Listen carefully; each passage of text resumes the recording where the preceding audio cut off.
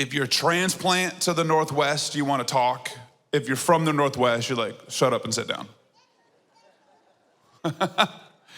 From the South, you're like, can we have a 2-minute meet and greet? And no, okay. Hey, before I jump into the lesson today, which we're gonna talk on, we're gonna close out Acts chapters 27 and 28, and really excited to jump into that, God in your storm. But before we jump into that, I wanted to give just another shout out to our upcoming ministry training school, Christian Faith Foundations. And I think there's been a lot of questions, people have been asking about it. And if God has put that on your heart, if he's pulling on your heart at all, lean into that, think on that, just see what God is telling you to do with that. It's on Saturdays. We're doing everything we can to make it convenient and fit into your calendar. It's not, Monday through Friday. It's not every night of the week. It's just Saturday morning. We think that you can fit it into your schedule. I know all of us are busy, families and stuff, but if you feel like ministry is in your future, man, I could not recommend this more for you to lean into it. Also, if you just feel like, man, you just love Jesus and you need a better, stronger foundation, even though you don't feel called out of your career, you love your business, you love your job, you love your calling, but man, you wouldn't mind building a stronger foundation of theology and Bible understanding and calling on your life. And so if that's you as well, lean into that, look into it, and it starts in September. And so it is going to be unbelievable. I really believe it's gonna propel you to the next chapter, to the next season that God has for you. So if that's been on your heart and on your mind, lean into that. And we'd love to talk with you more about it if you have any questions about it. I want to talk to you about God in your storms today. In Acts 27, verse 21, they're gonna throw it on the screens. And it says this: Paul called the crew together and said, "Men, you should have listened to me in the first place and not left Crete." I love Paul, even in the middle of a storm. They've been in this storm for a while now, weeks. And in the middle of it, he goes, "I told you so." Who loves to be right up in here? I love a good, hey, I'm not saying I told you, but I told you. I'm Paul in the middle of it. You should have listened to me. A little jab in the middle of his speech. Told you not to leave Crete. You would have avoided all of this damage and loss, but take courage. None of you will lose your lives, even though the ship will go down. For last night, an angel of God to whom I belong and whom I serve stood beside me, and he said, "Don't be afraid, Paul, for you will surely stand trial before Caesar. You will make it to Rome," is what he's saying. What's more, God, in his goodness, has granted safety to everyone sailing with you. This is wild to me. If we're really thinking about this story, if we put ourselves in the story, if you will, if I'm standing next to an angel in the middle of a storm, and the angel says, "I got some good news," I'm thinking he's solving the storm. Is that just a me thing? I'm like, oh, we got some good news. The bad news is I'm in the middle of a storm. So the good news is you're solving my storm. Angel's like, no, not that. It's like, well, what else? Like, right, I don't need anything else. That's what I need right now. I need the storm that I'm in to be solved. He's like, I'm gonna solve it. Not really the way you want to, though. It's not, you're gonna lose the boat, but you're not gonna die. Yo, I got good news, you're not gonna die. On a scale of 1 to 100, that's like level 1. The only thing below that is death. Like, listen, you're not gonna die, like that's the good news. Could you imagine if you used that logic with everything? Listen, boss, I got good news and bad news. Good news, today you're not gonna die. Bad news, didn't get that report done. You're like, wait, I don't like that scale. Listen, hun, I got good news and bad news. Good news, I didn't die today. Bad news, didn't get the groceries. I don't understand how angels like, listen, I got some good news, I got some bad news. The good news is you're not gonna die. You're like, that's like the base of news. Anything worse than that, and I never get news again. anything worse than you're not gonna die, that means that I die. I'm not getting good news or bad news anymore. Like I'm dead. Like that's the lowest point I could get to. Is like, yeah, that's the good news. So like, oh crap, what's the bad news? You're gonna lose the ship. You're gonna lose like, what am I, Leo? Am I gonna float on a board? Am I getting on the door, floating to like, no, this isn't the Titanic. Solve the problem. The problem is the storm. Angel's like, honestly, I would probably call dibs right now on the board you want. I'd look around, I'd scan the ship, like that looks like the good one. I'm gonna get this one. I'd call dibs. Got good news and bad news. Good news is no one's gonna die. Bad news, ship's going down. And then the angel leaves. If I'm talking to an angel, I'm like, but you're already here. Like I don't need to call you to solve the problem. Like you're here. Like there's no, like while you're here, why don't you just speak to the storm? Why don't you solve the waves? Stop the wind. Get the clouds out so we can see some stars and actually know where we are. Like it's been days since they saw the stars. They had no idea where they were. They've been in the storm for weeks. And he's like, wait, angel, you're here. Solve my storms. I think a lot of us have had storms in our lives, and we've gotten bitter at God because of how he solved our storm. You see, Paul knows that Jesus has solved some storms in his day. Jesus is actually really good. This is in Jesus' Rolodex. Jesus has a history of solving storms. Jesus has some experience in solving storms. He has multiple ways to solve storms. He's been walking on water, speaking to them, cursing them. Like he knows how to solve a storm. This isn't a new thing for Jesus. And Paul, in the middle of a storm, had the opportunity to grow bitter because of how Jesus solved his storm. I think many of us have grown, we've allowed bitterness to plant itself in our hearts because of how my problems have been solved compared to your problems. Jesus, speak to my storm.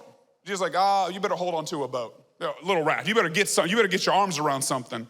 No, I don't want to float to shore, Jesus. I want you to speak to, you bless that person. Why don't you bless me the same way? You healed them their way. Why don't you heal me that way? Why don't you speak to my storms like you spoke to their storms?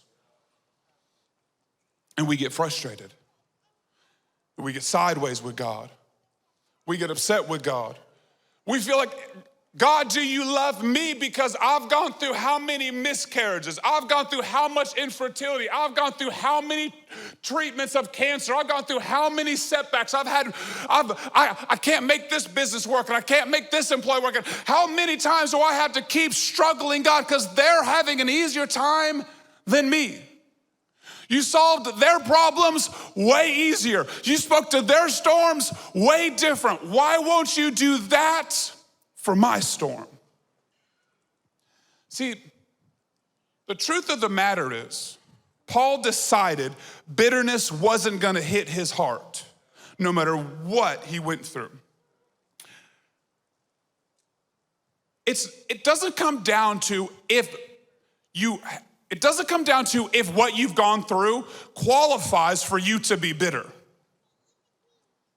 Because all of us have gone through something that would qualify us to be bitter. So it doesn't come down to what you've gone through. It comes down to if you've made the choice, I'll be bitter or not. See, what you've gone through, that miscarriage, that abuse, that divorce, that friendship issue, that hurt, that pain, that foreclosure, that loss, that sickness, you have gone through something. And if you told me your story, I would say, oh my goodness, how in the world did you make it through that? How did you overcome that? That is so wrong. That abuse that happened to you, that heart, what you've gone through is wrong, and you're right to feel discouraged. You're right to feel bitter. You're right to feel upset. You have the right. The problem is we all got the right. It just comes down to, will you choose to let bitterness get into your heart or not? Yeah, you're right. The problem is in your rightness, you'll end up living wrong. in your rightness. Yeah, you're right to feel that way. Yeah, you're right to be bitter. Yeah, you're right. Jesus solved theirs different than he solved yours. Yeah, you're right. Your storm looks bigger than their storm. Yeah, you're right. Your setback looks bigger than their setback. Yeah, you're right. Your sickness is bigger. Yeah, you're right. Your abuse was unfair and unjust and wrong. Yeah, you're right. But you're going to live wrong. Because you can't live the life Jesus has for you and have bitterness. It's gonna sink you. It's gonna set you back. It's gonna get its change all around you and limit you from the life you were created to live. So you were right in feeling that way, but you'll end up living wrong with it. See, Paul, in the midst of the storm, he could have been like, hold up, angel. We speak to storms. Hold up, we walk on water. Also, side note, have you ever, I've prayed this, I'll be honest. I bet someone else has it. I'll get creative with my prayers. I'm like, Jesus, if you show up, this is gonna be the greatest testimony of all time. You talking about? Like, Jesus, if you were to speak to the storm, I'm gonna tell everyone about it. Y'all know, and Paul knows all these. You know, earlier in the book of Acts, Philip is witnessing to the eunuch, talking on the chariot. He baptizes the eunuch and then teleports out of there. Did y'all miss that in the Acts message? That happened earlier in this book. This man was like,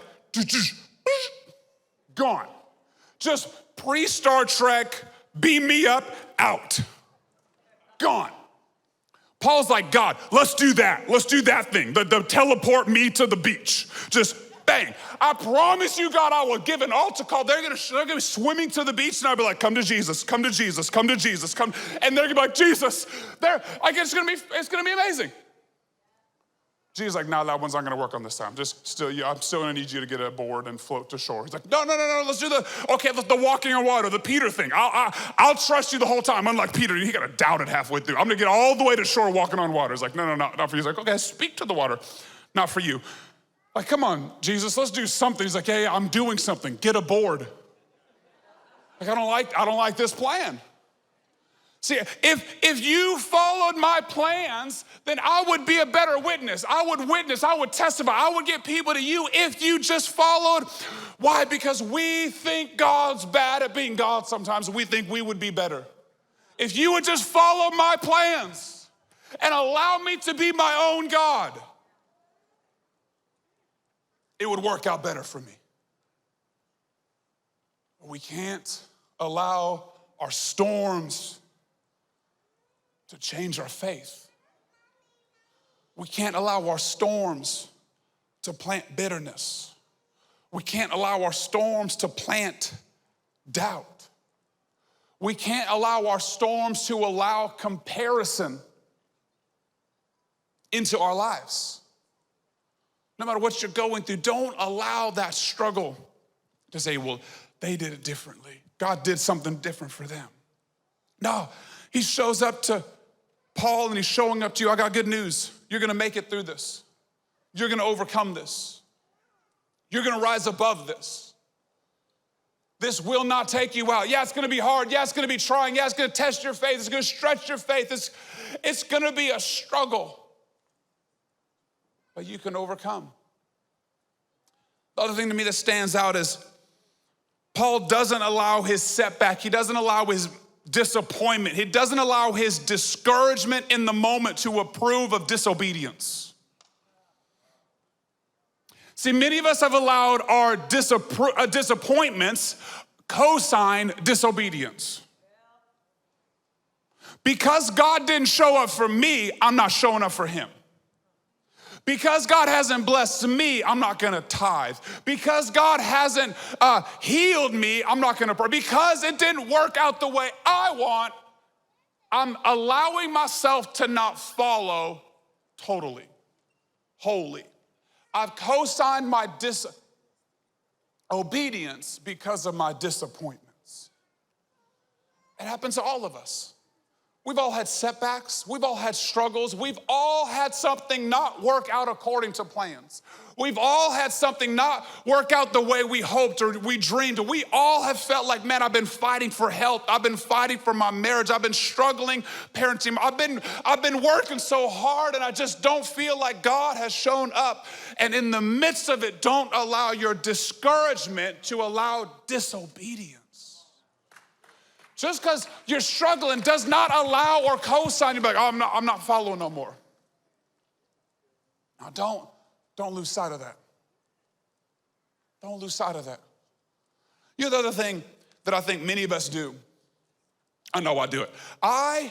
I love a plan. I love a good plan. Anyone else just love a plan? I would hug a plan. I would just BFF. Me and my best friend, my plans. I love plans. I might activate my MySpace just to put plans back in my top 8. I love plans, church. You know what I hate? A bad plan. Come on, somebody. Who hates a bad plan?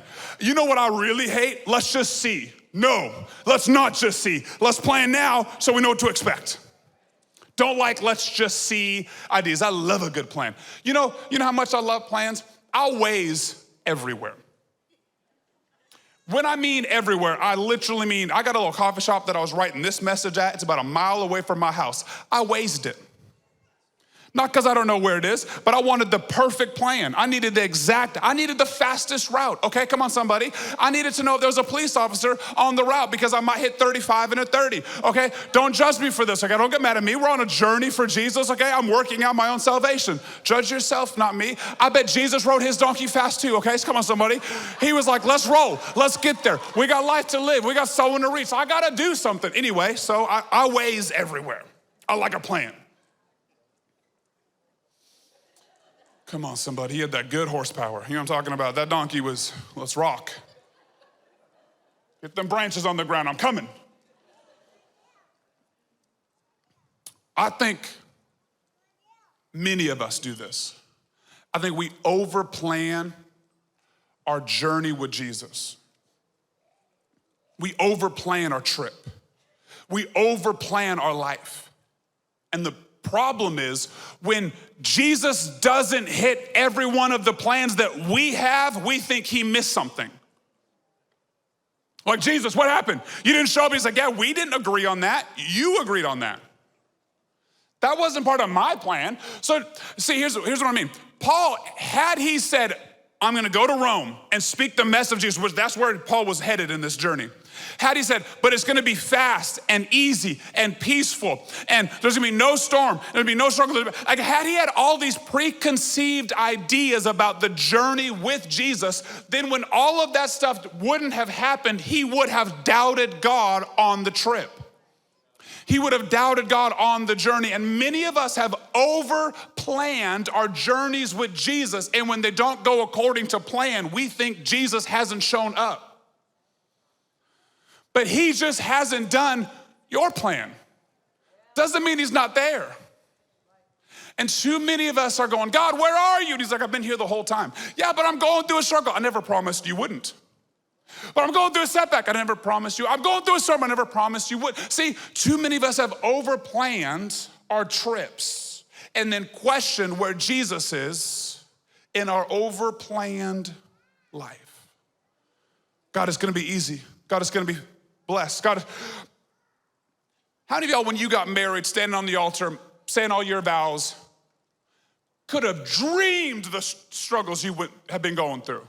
Like, I never saw none of this coming. When I said, till death do us part, I thought that was just a cute phrase. I didn't know that you were gonna test that. You know what I'm talking about? You know what I'm talking about, babe? Okay.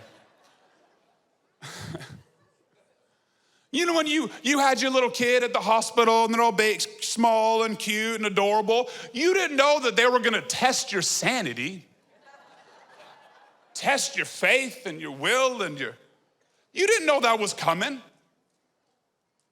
When you said yes to Jesus and I'm gonna follow after you, you didn't know that there was a sickness in your future. You didn't know there was a giant in your future. You didn't know there was a storm. You didn't realize what was coming. And sometimes if you overplan and then life doesn't go according to plans, you get heartbroken.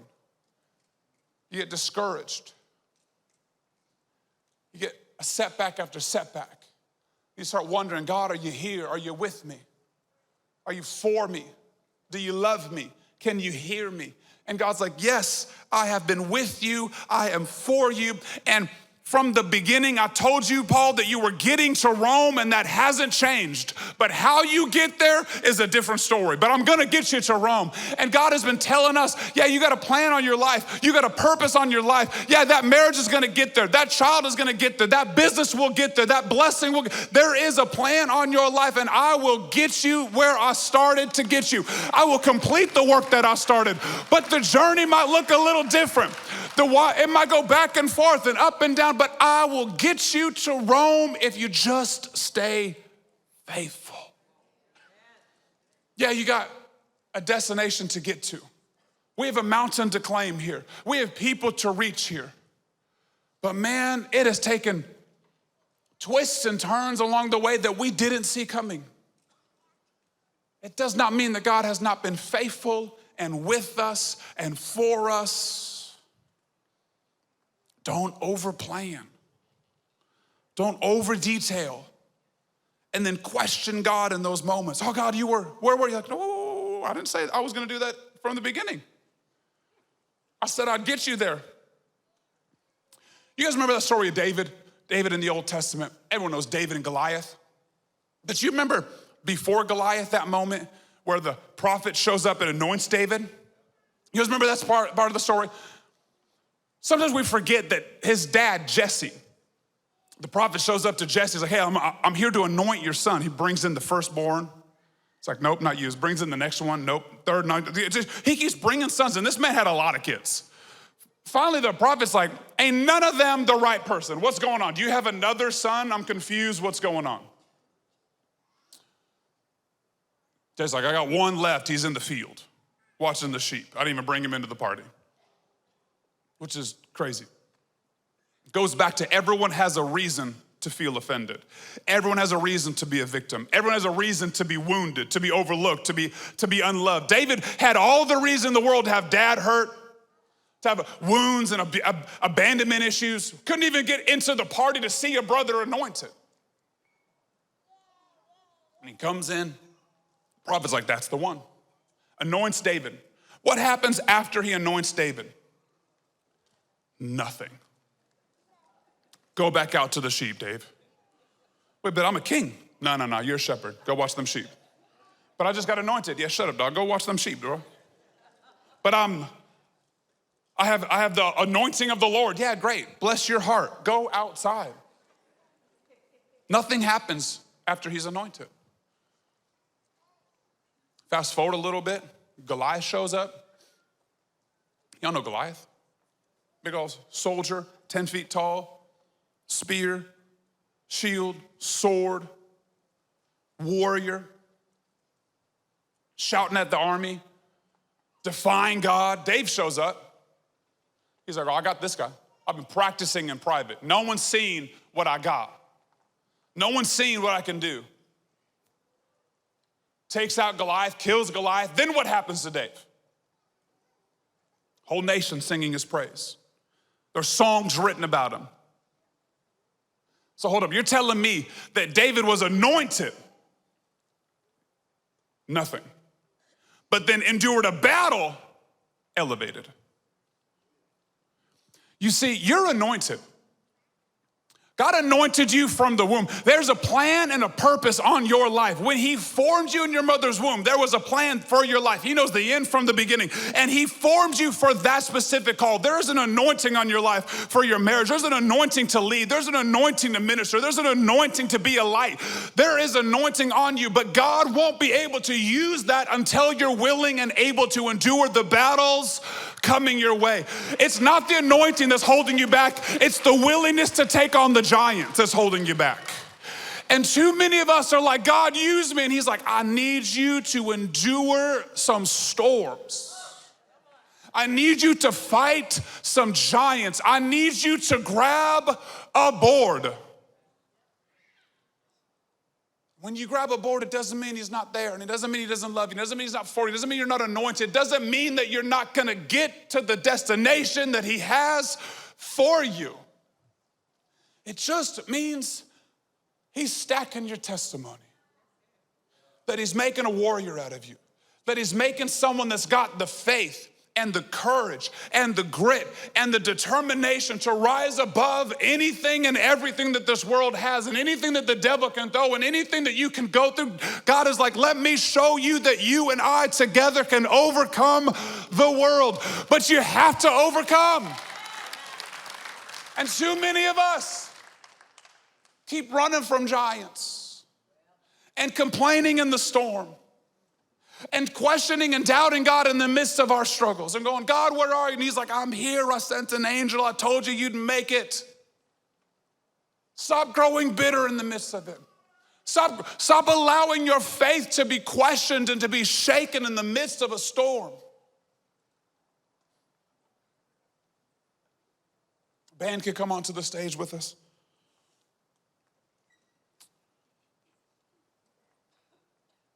The story goes on. Paul floats to Malta, an island. They didn't know where they were. They hadn't seen stars in weeks. Ship goes down. They float in, and he starts collecting sticks, the story says, to make a fire. In the midst of him building the fire, it says a viper comes out of the brush and attaches itself to Paul's arm. Come on. I mean, come on. For real? For real, God? Can you help a little bit? I mean, have you ever been in that moment where you're like, again, another battle, another struggle? Are you kidding? I've been there. I don't know if you've been there. I've been there. I feel like, God, I thought I overcame the battle. I pushed through. I kept believing. I fought for the health. I fought to overcome. I stood strong. But there's another thing. Are you serious? Another issue. Another setback. Another miscarriage. Another sickness.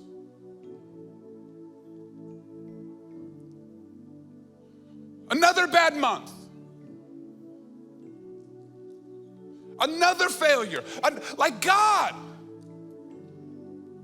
I could just see Paul. I know I would have been there like, you've got to be kidding me. Serious. I just got done floating through the storm that I wanted you to solve a different way. But I was faithful. I cheered people on. I stood strong, doing my part.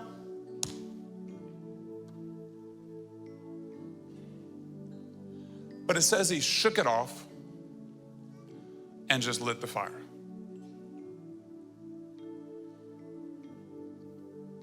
Sometimes, and can I say this with all compassion? I do not want this to come across harsh or overlooking what you're struggled with.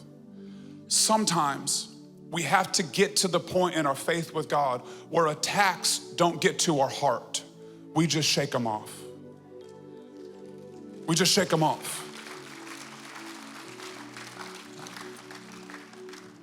I'm not trying to minimize what you're going through. I'm trying to help you see that sometimes you don't have to just go, God, what are we doing? You just shake it off and let your faith be so strong that sometimes attacks can't even get through the armor. The shield, like, no, just get off. God's with me, get off. God's for me, get off. God's my healer, get off. God's my provider, get off. God is, those who are for, greater is he who is with me than he who is.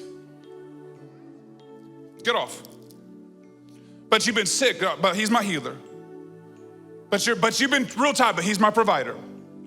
But don't you know what you went through? Yeah, but he's still with me. He's gonna complete the work that he started in me. So he's gonna show up.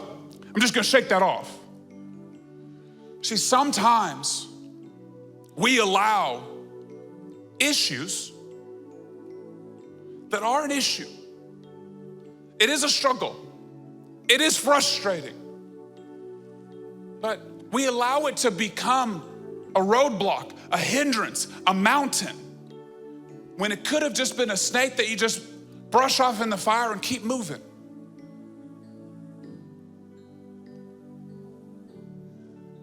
For you that keep feeling like it's just one thing after another, don't quit. Don't quit. Don't quit. Don't quit. Don't quit. But I got setback, don't quit. But the company, don't quit. But my marriage, don't quit. But she, don't quit. But we've been trying for 6 years, don't quit. Just don't quit. Just keep pushing. Keep believing. Keep fighting. Shake that thing off and don't quit. You're on a mission, and God is gonna get you to Rome. He's gonna get you to that mountaintop. He's gonna get you to where He's called you to go, so don't quit. Don't quit. Don't quit. The story goes on to say that Paul prayed for the leader of that island. He was sick, and he got miraculously healed. Then he went on and led the rest of the island to Jesus. It is profound to me that God was able to use this storm to get Paul to somewhere he needed him to be. He got him there. He got him there, and he led people to Jesus. Jesus never brings you a storm, but Jesus will always use your storms. Hear me, Jesus didn't bring you that cancer. He didn't bring you that miscarriage. He didn't bring you that heartbreak.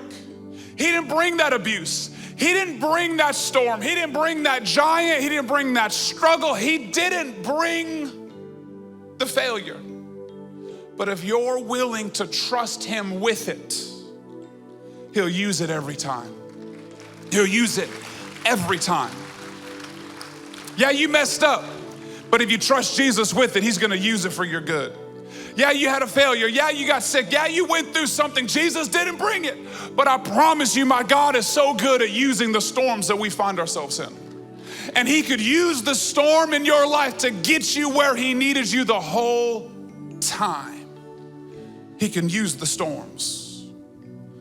Remember, He does not bring the storm, but He can always use the storm. He can use it. He can use it. So don't quit. Don't quit. Because you just don't know how close you are to seeing Him use the storm and use the struggle and use the snake bite and use the setback and use the heartbreak. Jesus is there in your storm.